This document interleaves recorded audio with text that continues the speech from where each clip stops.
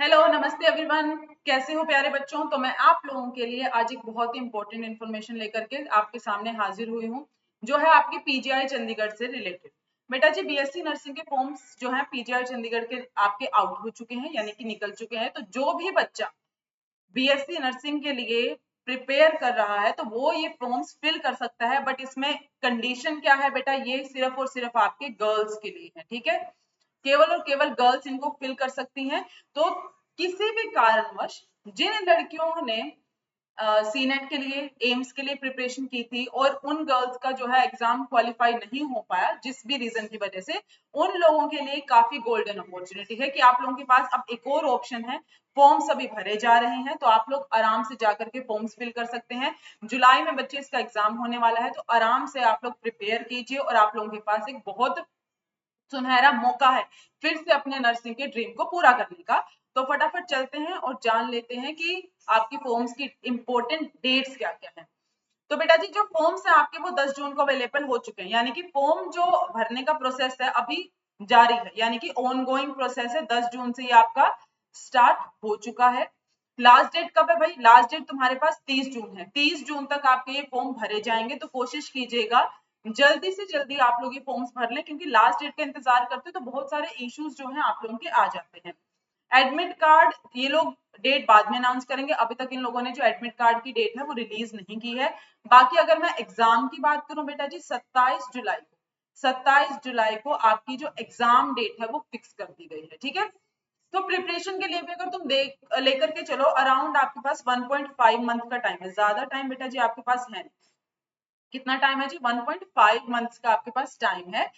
तो आप लोग क्या कर सकते हैं, अभी प्रिपेयर कीजिए, क्योंकि तुम लोगों ने ऑलरेडी जो भी यूपीसी नेट है, जिसने भी बच्चे ने एम्स का एग्जाम दिया है, तो वो लोग प्रिपरेशन तो ऑलरेडी कर ही रहे थे। तो आप लोगों के लिए काफी अच्छा मौका है कि आप अपनी किताबें बंद मत कीजिए, प्रिपरेशन को कंटिन्यू रखिए, ताकि आप जो 27 जुलाई को एग्जाम होने वाला है उसमें आप अच्छे से विद गुड प्रिपरेशन जा सके। देखिए बेटा कैसे, अच्छा सबसे पहले ये जान लेते हैं कि मैम फॉर्म कौन कौन भर सकता है, यानी कि एलिजिबिलिटी क्राइटेरिया क्या है। तो बेटा आपके पास एलिजिबिलिटी क्राइटेरिया ये हो जाएगा कि 12वीं तुम लोगों ने पास की होनी चाहिए। 12th के अंदर आप लोगों ने 12वीं पास की होनी चाहिए। साथ में जिन बच्चों के पास बायो है, केवल वही बच्चे जो है ये फॉर्म भर सकते हैं, यानी कि बायो हो या तो आपका एज एन एडिशनल सब्जेक्ट हो या तो फिर आपका मेन सब्जेक्ट हो, ये मैटर नहीं करता, लेकिन बायो होना जरूरी है। साथ में कितना एग्रीगेट बनना चाहिए? कम से कम तुम लोगों के पास 50% 12th में स्कोर किया होना चाहिए। मान लीजिए कुछ बच्चे ऐसे हैं जो अभी 12th में अपीयर कर रहे थे या करंट ईयर में थे, उन बच्चों को फॉर्म भरने के लिए काफी जरूरी हो जाता है कि वो अपनी क्लास 12th की मार्कशीट जो है प्रिंसिपल को सबमिट करें। कब भाई? मान लो अभी 30 जून तक तुम्हारे पास जो है आता नहीं है, मार्कशीट आपके हाथ में नहीं आई, तो आप लोग क्या कर सकते हैं, 27 जुलाई से पहले पहले 27 जुलाई से पहले पहले 10 दिन पहले आप लोगों को जो अपनी मार्कशीट है 12वीं की वो सबमिट करवानी पड़ेगी, तभी तुम जो है एग्जाम दे सकते हो, वरना आप लोग एग्जाम में नहीं बैठ पाएंगे। फॉरेन नेशनल यानी कि अगर कोई बाहर का है वो भी फॉर्म भर सकता है। कुछ कैंडिडेट्स ऐसे होंगे जो अभी सर्विस में हैं, मतलब काम कर रहे हैं, वो भी ये फॉर्म भर सकते हैं। एज देख लेते हैं बेटा, 25 साल से लेकर के 17 साल तक के जो बच्चे हैं वो ये एग्जाम दे सकते हैं। अब आपकी एज क्या है? ना तो 25 साल से ऊपर होना चाहिए, ना ही 17 साल से कम होने चाहिए। और एज किस डेट पे मापी जाएगी बेटा जी? 1 सितंबर 2025 इज द डेट। वहां से आप अपनी एज को कैलकुलेट कीजिए, यानी कि 2025 1 सितंबर तक जो बच्चे, अगर कोई भी 25 साल क्रॉस कर जाता है वो फॉर्म नहीं भर पाएगा, और अगर कोई भी बच्चा 1 सितंबर 2025 तक अभी तक 17 साल का नहीं हुआ है वो भी फॉर्म नहीं भर सकता है। तो बेसिकली अगर मैं मेन बात करूं तो एज के अंदर तो आप सब लोग लाई करते ही होंगे। उसके अलावा आप लोगों ने अगर 12th के अंदर 50% आप स्कोर किया है, बायो आपका सब्जेक्ट है, तो आप इस फॉर्म को डेफिनेटली भर सकते हो। कैसे रजिस्ट्रेशन करनी है भाई? आप ऑफिशियल वेबसाइट पे जाइए पीजीआई चंडीगढ़ की। क्या है बेटा जी आपकी ऑफिशियल वेबसाइट? pgimer.edu.in, ठीक है, pgimer.edu.in। यहाँ पे जाकर के बेटा आपको रजिस्ट्रेशन करना है। क्या करना है जी? रजिस्ट्रेशन करना है। क्योंकि आप सब लोग नया रजिस्ट्रेशन करेंगे तो आप लोगों को सबसे पहले क्या करेंगे, आपको जो भी साइट दिखाई देगी उसमें आप लोग जाइए, स्टूडेंट्स टैब पे जाएंगे। किधर जाएंगे जी? स्टूडेंट्स टैब पे जाइएगा। स्टूडेंट्स टैब पे जाने के बाद आप न्यू रजिस्ट्रेशन पे क्लिक कीजिएगा। वहां पे आपसे आपका नाम, आधार कार्ड, जो भी डिटेल्स हैं, एज, जेंडर वगैरह, ये सब आपसे पूछी जाएंगी, तो उन डिटेल्स को आप फुलफिल कीजिएगा। और once you register to the site then आप इस फॉर्म को फिल कर सकते हो। ठीक है, चलिए अब थोड़ा सा फीस की बात कर लेते हैं।